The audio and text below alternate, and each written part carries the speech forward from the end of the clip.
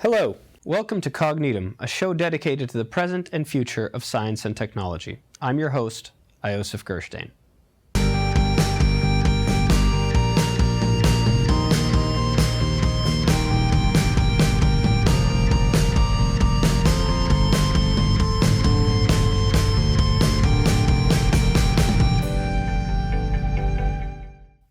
And what are the level 1, 2, and 3? So you mentioned forgiveness. Level 1 might be blame, let's say. You don't want to blame people. That's not healthy. Let's suppose. Maybe level 2 is better. Forgiveness, is beatific. She wrote a sermon about this, actually, or she gave a talk to a church. This is where she came up with this idea. Forgiveness is better than blame, but there is a better than better. Understanding is even better than forgiveness. So if someone, let's say, and this is true about human beings. So she thinks her main insight, the strongest insight that she has, I think she has like 20,000 different amazing, but she thinks the strongest is that when people do something, they must have had a reason, or else they wouldn't have done it. So the way we label and think about people, suppose you know somebody who is always late.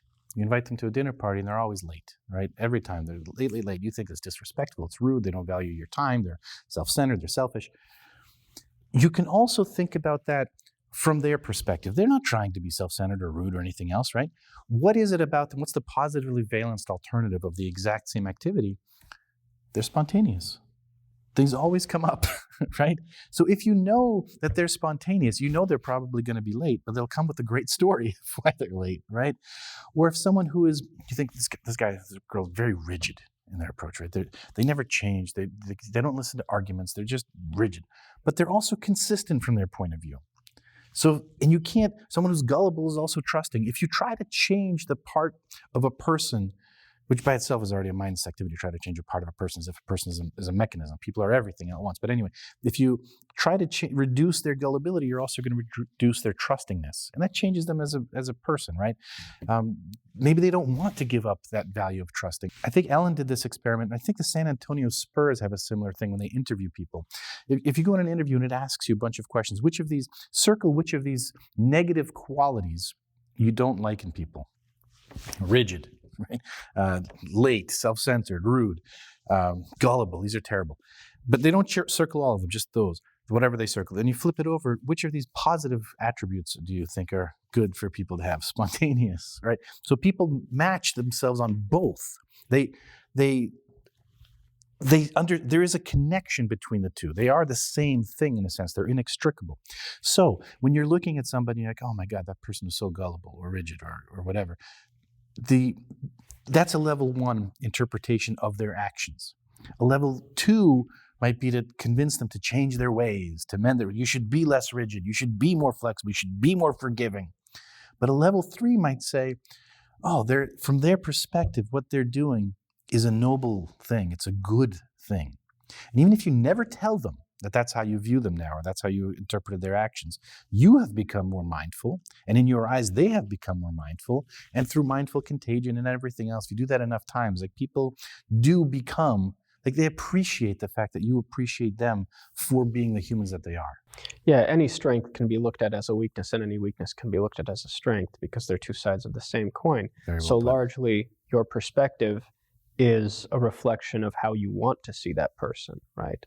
So if you don't like that person, they're rigid. If you do like that person, they're consistent. That's exactly right. And that's something Dr. Langer has said, and that stuck with me a lot. The most important thing is if people like you. If people like it, not you, but in general, if somebody is liked, everything they do is interpreted positively. If you don't like somebody, exactly like you said, you're going to interpret it negatively.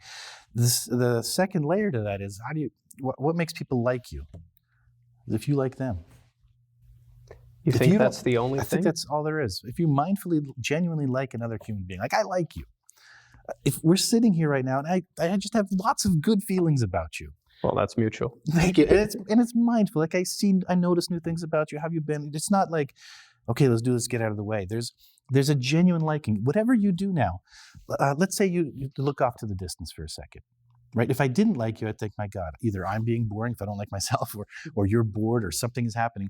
But if I'm mindful, I know that you're thinking maybe what should be the next question, what's our timing? Like, you're thinking about how to make this the best possible interview, right? I'm not reading your thoughts. I just know that because I like you, you're worthy of being liked, you're a wonderful person, you're probably being mindful, and you have great reasons for doing what you're doing. What are the impacts of this approach on health? One of her earliest work was called Counterclockwise.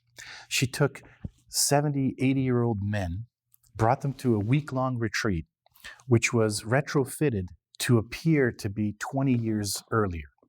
And they were all instructed to live in a world as if they were 20 years younger. The news was from 20 years ago, the music was from 20 years ago, the food, the environment, everything. It's as if they were on a time machine. So that sounds like a fun activity. But then at the end of it, you measure them. These are old men, right? 80, maybe even 90, I don't remember. But if you measure them on their gait, their vision, their hearing, their strength, and objectively people viewing them in terms of evaluating their age, everything improved. Now, when have you ever heard of research improving elderly men that much, or at all even? Like vision improving?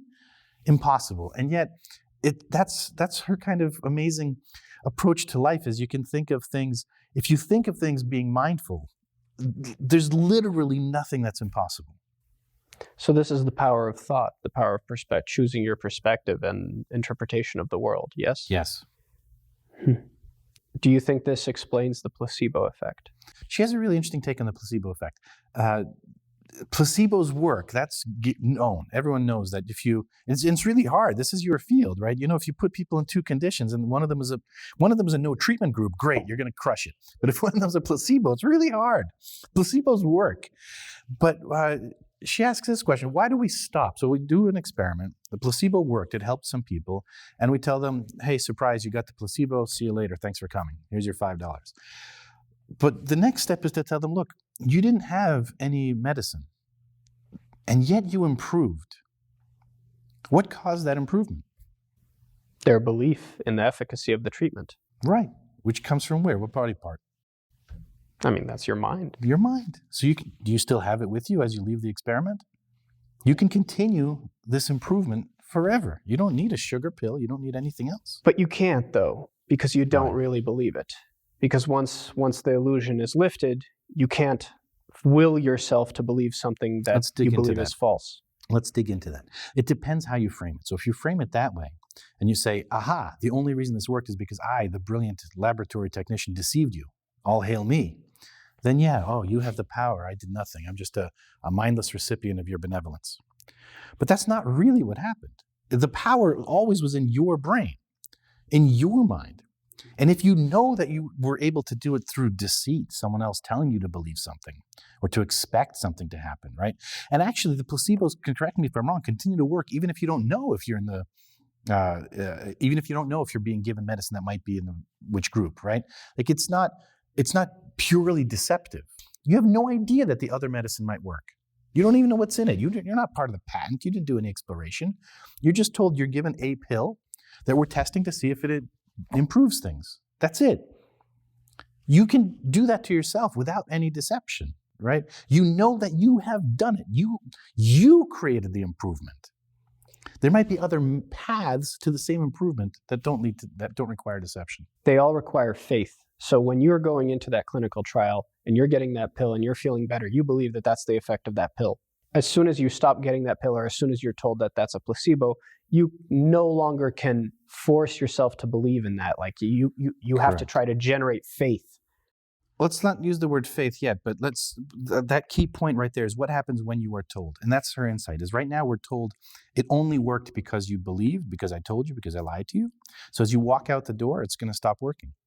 Mm-hmm. Another way of framing it is, look, we didn't expect this to work at all. We gave you nothing. How did you do this? Mm-hmm. What thinking did you go through? Well, I thought it might help me. And what next did you think about that? Well, I thought to start noticing new things that I'm doing, right? This is her approach called attention to variability. When does it hurt more or less? Maybe I'll do more of those things, right? It's all caused by the person. And if you allow them to maintain that agency rather than stripping them of it as they walk out the door, maybe the effects could be more lasting. So perhaps, if I'm reading into this right, that placebo works by sparking mindfulness? Oh, that's an interesting hypothesis. I don't know.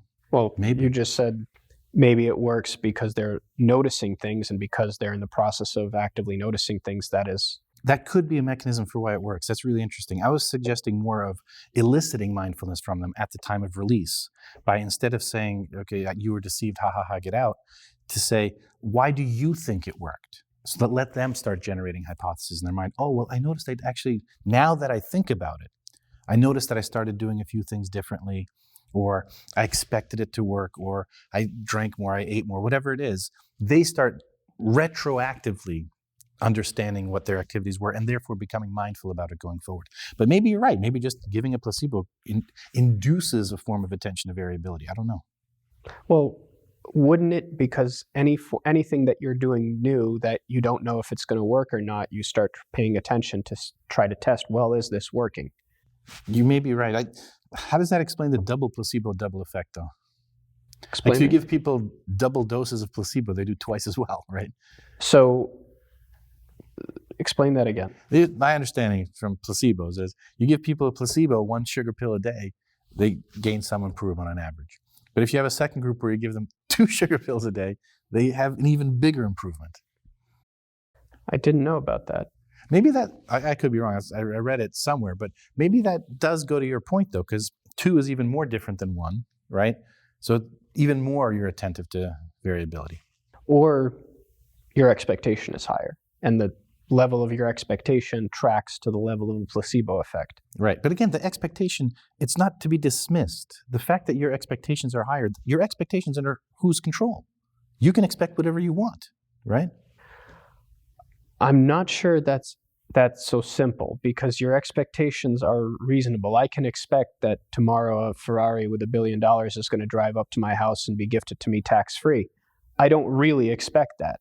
And even though I really want to expect that, because it might make me happier for the next 24 hours until it fails to materialize, I can't generate that internally because I don't believe it. Right. I'm sorry, you're going to get the car, but you're going to have to pay taxes. That's the downside. Right? So even moderate improvement could be good. So the fact that expectations work can either be attributed to an external source manipulating you, or to an internal ability to change your body through your mind, right? Both are true.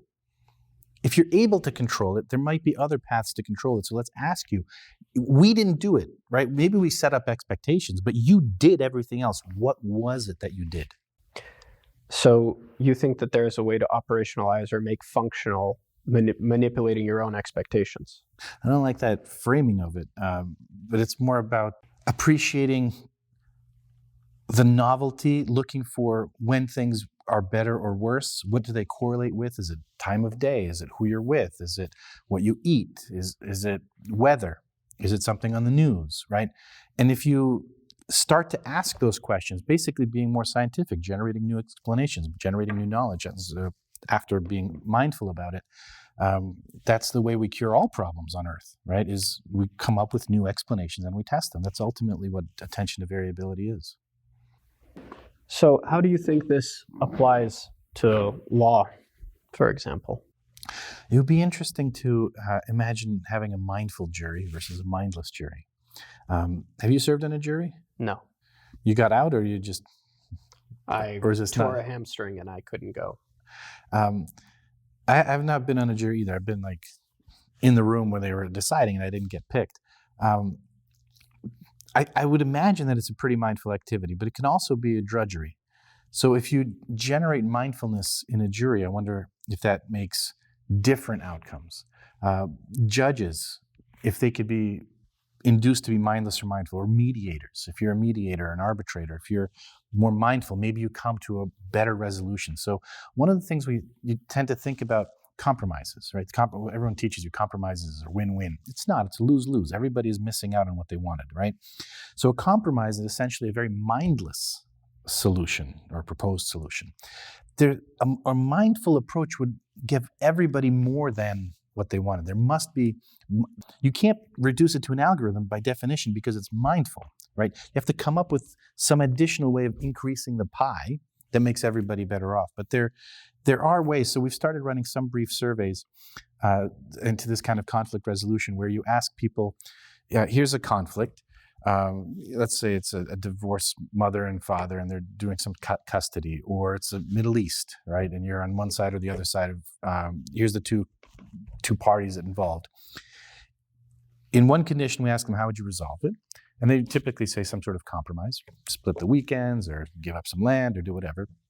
But if you put them in a mindful state and you explicitly say, so back to your earlier question, how do you make them mindful? You do a little bit of things, but then in the instructions you say, you're not allowed to compromise. They come up with really unique and new ideas. Shared custody or a vacation or something. There's always something new and outside of the box that we're in to come up with. So I think the law could benefit from that sort of mindfulness. Of course, lawyers themselves, we've had some discussions with law firms. Mental health and well-being is a huge aspect now for lawyers. They get stressed out. They get burnt out. What is burnout? Where does burnout come from? It's you don't get burnt out if you're mindful. Mindlessness is energy draining. Mindfulness is energy begetting. Like you become more energetic. You leave the end of the day feeling great, right? If you're able to do things mindfully. So if you can find things, as Ellen would put it, that you're attentive to the variability within the context, you're looking for ways to be mindful with your clients, with your peers, with your partners, with your colleagues, then maybe you can start generating even better legal advice for your clients. You have a fair bit of experience in the sports industry. How does mindfulness play an impact or could play an impact when it comes to athletics? I'd love to do more research on this. Dr. Linger's had a couple of ideas. One I really like, and I think it would be a very simple experiment to run. We're going to try to do it.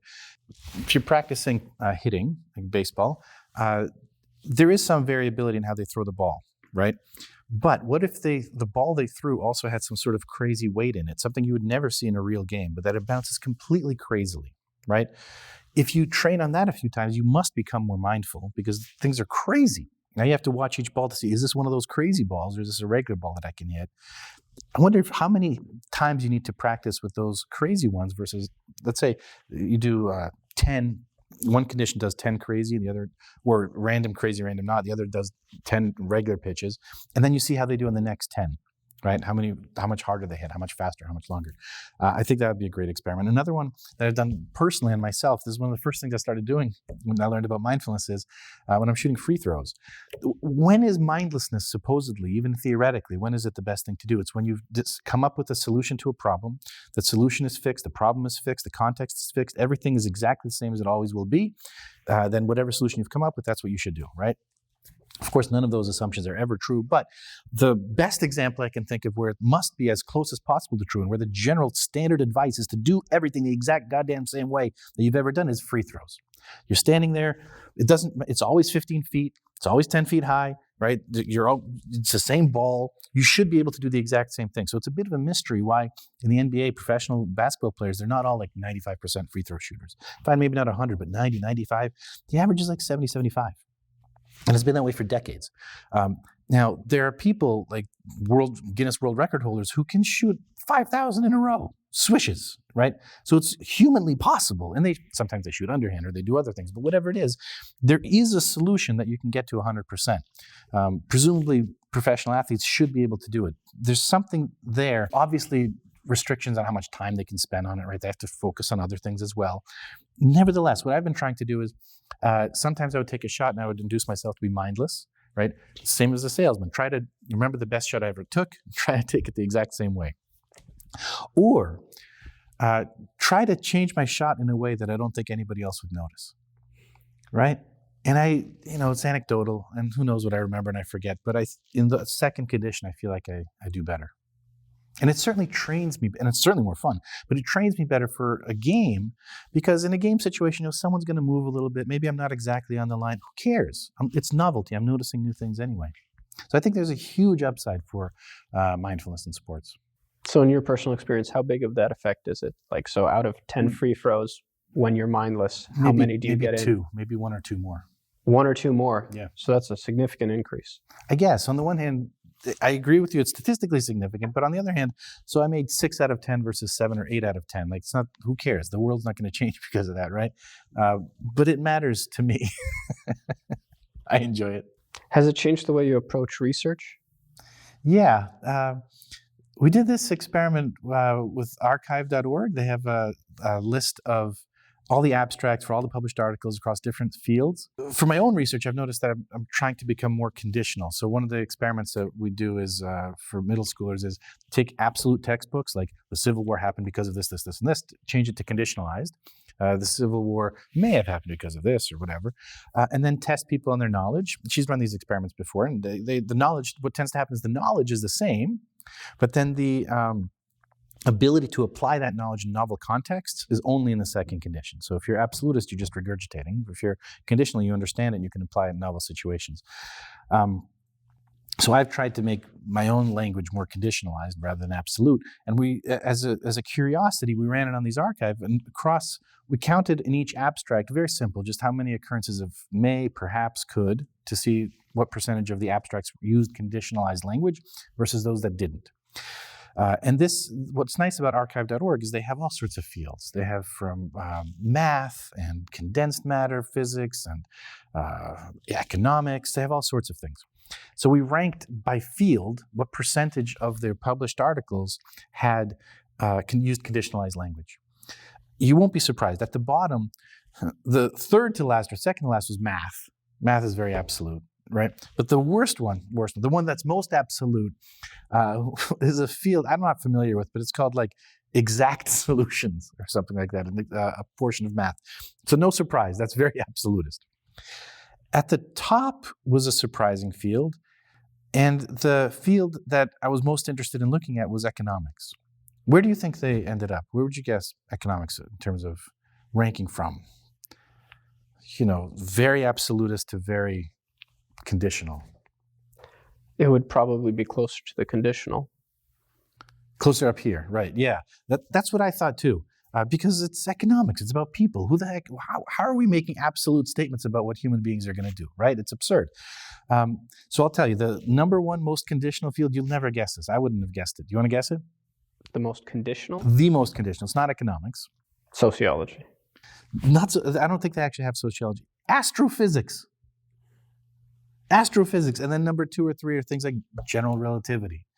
Very advanced esoteric physics is the most conditional. You would think that's the one that's talking about reality the most, right? This is the world. So in physics, when you have a theory, it's not a best guess. It's literally our best possible explanation of literally reality. This is what is happening, right? The quantum mechanics is this, relativity is that. But no, in those fields, they're the most mindful by this measure. They appreciate that there could be a may, perhaps, or could. Economics is right about halfway. I don't know what to make of that. I would have expected it to be much more conditional, right? I can understand why much of economics is very absolutist. It's just very quantitative. This is the model, and this is what people do. And the model or empirical economics, But with empirical, there's a mindless tendency to ignore everything but the average. But what's more interesting is the variability. Well, no, the standard deviation. I mean, but that's just the standard. Yes, that's just to measure the statistical significance to bulwark the mean, right? Mm-hmm. And then you report the mean. People in this condition do better, and that's all you remember. But the difference might be microscopic or economically insignificant, but statistically significant, right? Even if it's insubstantial. The fact that there's so much differences between people, that's the interesting thing. What makes those differences? How can we harness them or understand them or appreciate them in a better way? Those are the interesting questions to me. But so that I think that's what's pushing economics down closer to math, even though it's what it's doing.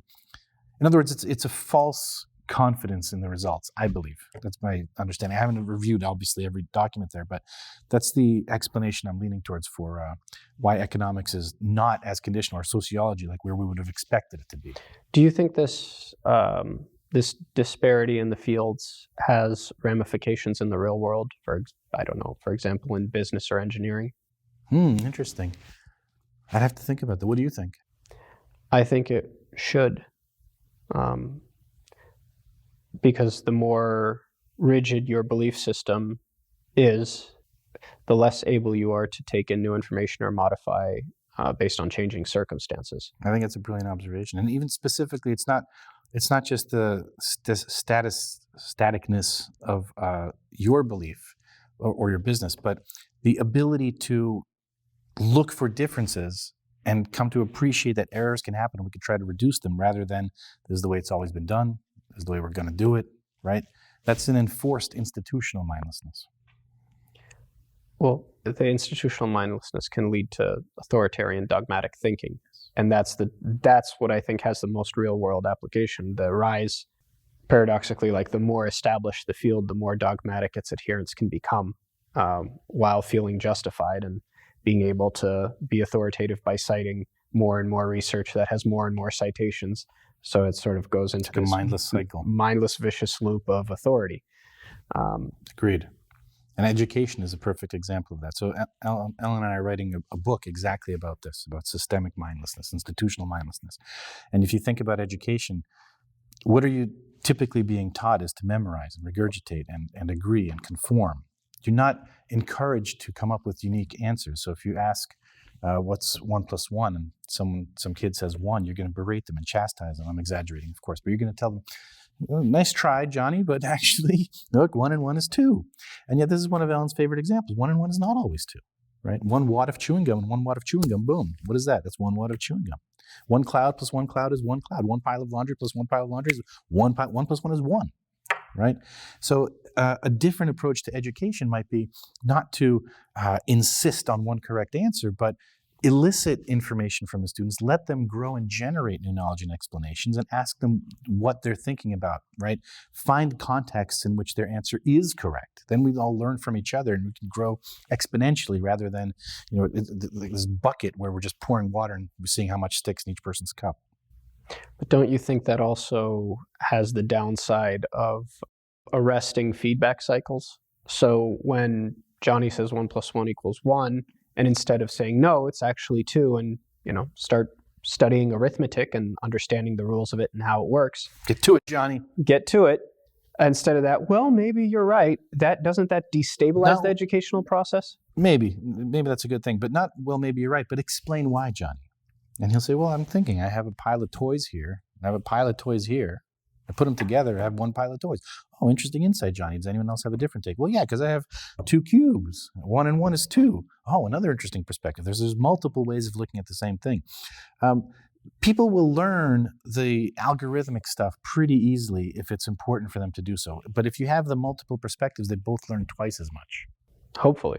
That's one of the experiments we're planning to run. To make people explain? Yeah, to do this in an educational setting with middle schoolers. Can you tell us a little bit about the experimental design that you're thinking? Yeah, sure. So my daughter Maya co-wrote this book with Alan Langer, and she actually just gave a presentation yesterday to 5th and 6th graders. She's now in 8th grade. She wrote it 2 years ago. She was a 6th grader. Now she's an 8th grader. She's presented it to them. It has absolute versus conditionalized language. What happens if you change that and then measure the mindfulness results and the knowledge abilities? That's one possible experiment. Another possible experiment is you're given a story to read that's either, and Maya wrote these with Ellen, either the story is relatively mindless, where the characters behave almost like NPCs, like you were saying, right? You see this, you see that, but nothing really sinks in, versus they're observing somebody mindfully. And then you give them questions like, you see a man taking money from a cash register, come up with 5 different possible explanations for why that could be. If you're mindful, it's much easier to come up with 5, right? Here's a technique for dealing with worry. You're worried about your exams or whatever you're worried about.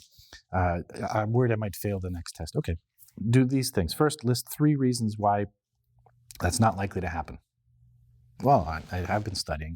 Most grades are typically within 1 or 2 standard deviations of the grade you have so far. I am worried about it, which is probably going to motivate me to study a little bit more. My teacher says I'm doing it. So all these reasons, it's probably going to be fine. And then come up with 3 reasons why even if it does happen, it's still fine. Okay, so if I get a bad grade, I can retake it. I can maybe up my grade later. I'll learn something new. And once you do that, the worry kind of goes away.